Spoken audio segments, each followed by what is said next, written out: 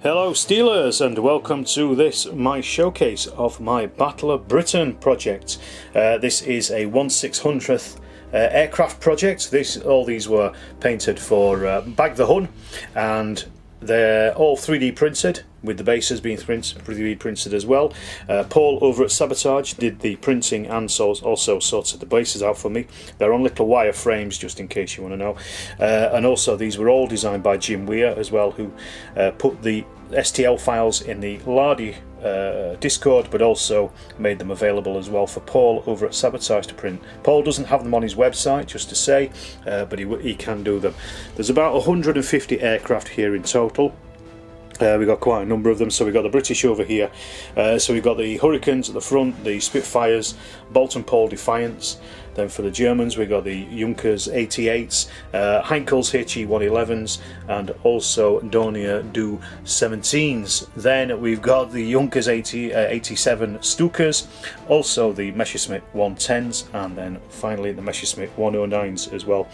What I've done as well, I haven't actually got any Blenheims because I've already got some of those for the Malaya project that I recently finished as well.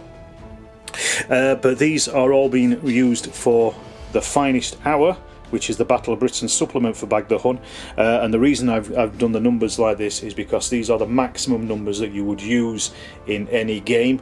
So there's a potential for having 18 German bombers at least up in the sky for any particular game, depending on what you roll on your scenario basis. You can get the finest hour as a PDF. I've got it printed here, but it does come as a PDF on the Too Fat Lardy's website. Well worth checking out. It's a really good, interesting system as well. Bag the Hun is as well anyway. So what I'm going to do is basically, as I said, I've done the main versions of the aircraft that were being used in the Battle of Britain, so that's why I don't have any Blenheims here over on the British side. I haven't got any Spitfire Mark IIs either, because they were used but they weren't widely used, so I've just gone, sorry, not Mark II, Mark 1Bs. So I've only got the Mark 1 or Mark 1A as it was later known. So what I'll do is I'll dive in on the aircraft themselves and we can talk about them, and I'll show you how they look a bit more close up. Well, of course, the Spitfire is the classic fighter of the Battle of Britain, or at least the RAF fighter of the Battle of Britain. These are the Mark 1, or later called the Mark 1A, because the Mark 1B was introduced later on, which had cannons in it. These are the ones with the 303 Brownings.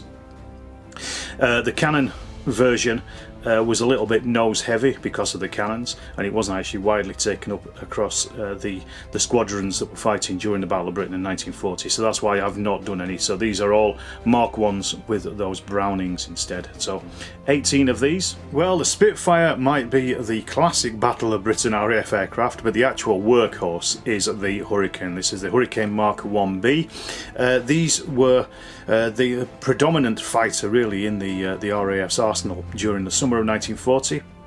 They caused alone 60% of the Luftwaffe casualties during the fighting of the Battle of Britain.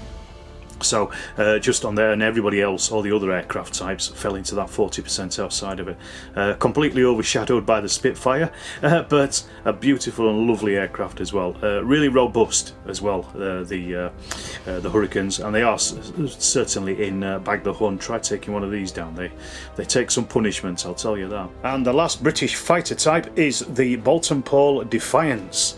These are a crazy mid-war design, so these are they look like really nice fighters. I mean, they're a lovely design. I really like the Bolton Paul, but they basically got a massive turret stuck on the back of them, so it's like a tiny little bomber built into a fighter airframe.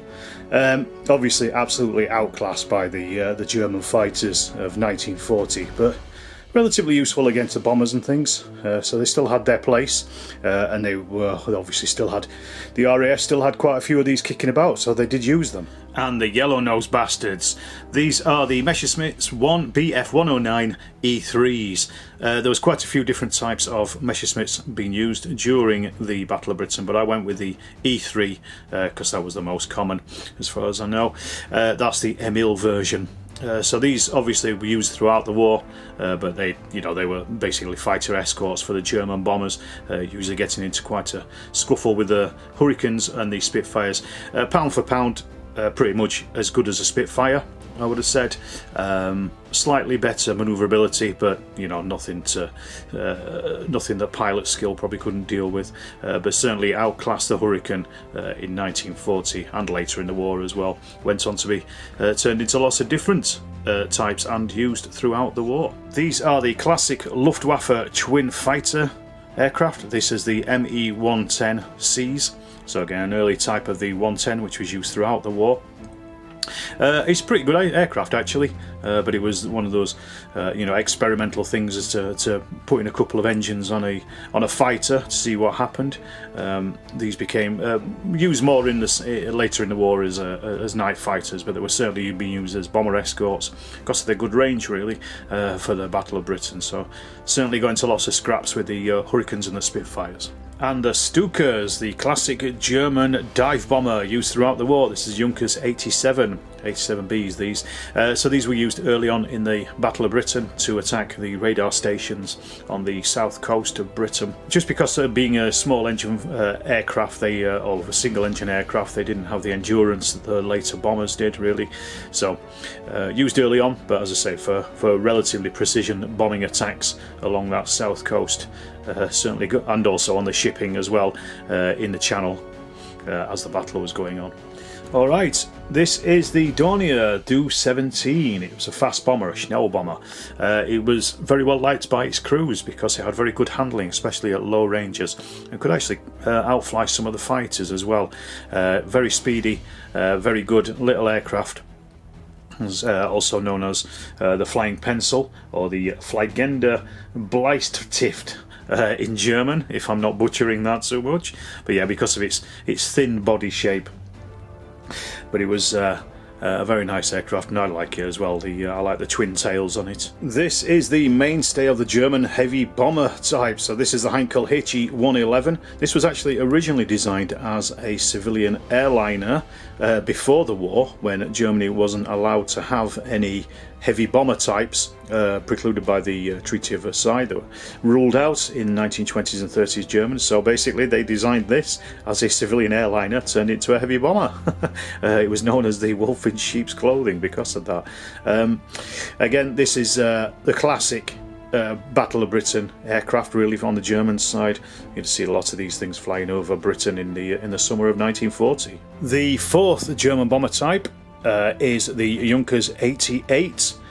So this was also designed as a fast bomber, similar to the Dorrnier, designed between the two wars, and it was meant to outclass the fighters of the time, which it did, but obviously as time progressed, fighters got faster and it became less and less fast, I suppose. But it was used throughout the war. Very versatile, used as all kinds of stuff. So it's used as a bomber, a dive bomber, night fighter, a torpedo bomber, reconnaissance aircraft, and a heavy fighter even. And also, towards the very end of the war, it was actually used as a flying bomb as well, which it was dropped from a smaller fighter. So, absolute desperation. But used extensively throughout the Battle of Britain. So that is why it's represented here.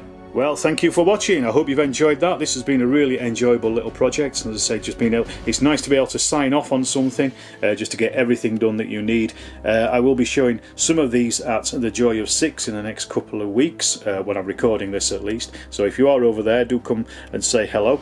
I'll try and take photos and hopefully do a show report at some point as well. You never know, but do pop in if you're in that way, and you'll see some of these things on the table. Okay. I shall say thank you very much again for watching. Hope you've enjoyed it. Let me know what you think in the comments, and if you haven't already, please do subscribe to the channel. Also check out my Patreon and channel memberships if you want to help out the channel. Thanks a lot.